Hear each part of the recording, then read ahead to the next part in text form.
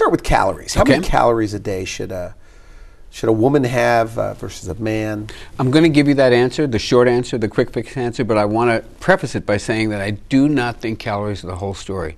I think it's a terrible disservice to people to tell them that it's all about the calories. And I know that this is what most dietitians continue to preach, but it's a donut truth. It's got a kernel of truth in it, but there's a big missing section in the middle, which is that calories are information for hormones.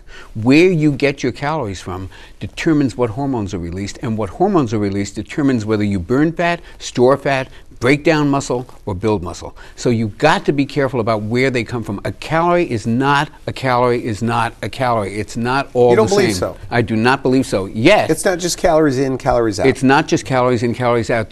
Here's the example I like to give.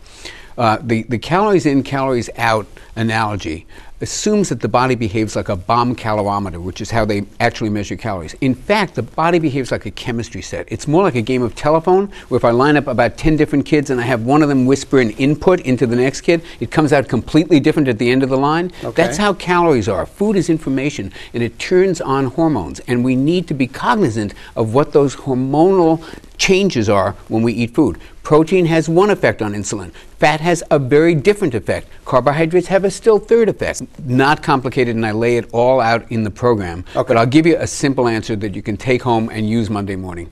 Take your goal weight and multiply by 10. That's a good goal for calories. Is that right? It is right, and it surprises most people because they go to these charts on the internet and they say, I should be eating 2,300 calories. I'm going to go in starvation mode if I eat less than that. Those calorie charts are completely inflated, in my opinion.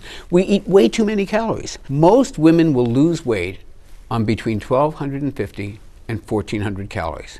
Most men will lose weight on 1,500 to 1,800 calories. Now, if you select those calories correctly, and you fill up with vegetables, and you eat the right amount of protein, a little bit of fat, and tons of fruits and vegetables, that's a lot of food.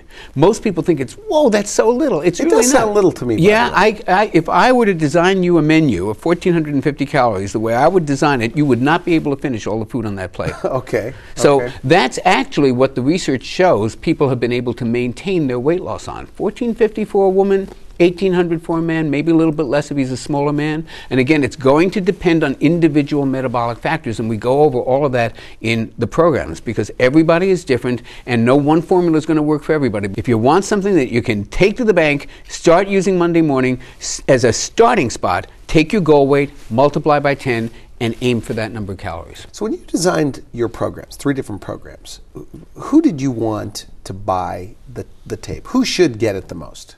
Who do you want to get? Well, I'm going to give you the answer that every author in the world will give you, which is everybody. I want everybody to read it, and I want everybody to Do you believe that, though? Everybody should?